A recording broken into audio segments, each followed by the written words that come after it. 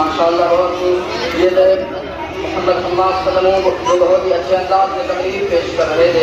اب آئیے اسی قریب کو آگے بڑھاتے ہوئے میں اپنے ایک رفیع خدمت میرا استاد قلموں کو دعوت دیتا ہوں دعائیں تقریر پیش کریں.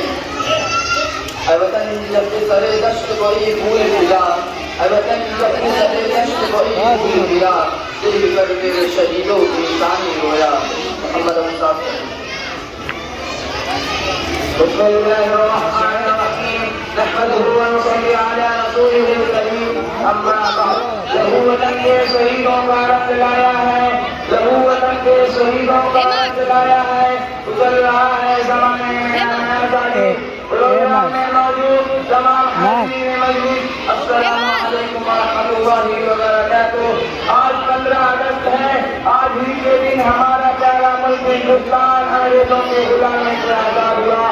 اسی کی مناسبت سے ہم لوگ یہاں جمع ہو کر جشن منا رہے ہیں. محترم سامعین کرام، آج سے 77 سال پہلے ہمارا یہ ملک ہندوستان سمندر پار سے انگریزوں کا غلام تھا. ہمارے بڑے بزرگ جب انگریزوں کی غلامی میں زندگی بسر کرتے تھے. ملک ہمارا تھا لیکن حکومت ان کی تھی، زمین ہماری تھی لیکن زمیندار انگریز تھے. ہم اپنے ملک آج اپنے زمینوں کے غلام تھے. انگریز ہندوستان کے باشندوں پر بہت چوری کیا کرتے تھے. آخرکار یہاں کے باشندوں نے ہندو مسلم سکھ عیسائی سب دھرم کے لوگوں نے اپنے ملک ہندوستان کو آزاد کرانے کا منصوبہ بنا لیا.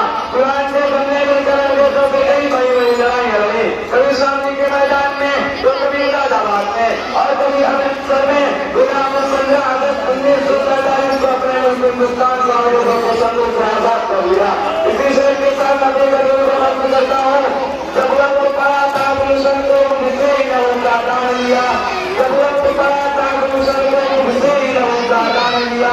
میرے لوگوں کو دینوں سے امید بنائی لوگوں نے وہاں السلام علیکم ورحمۃ اللہ وبرکاتہ.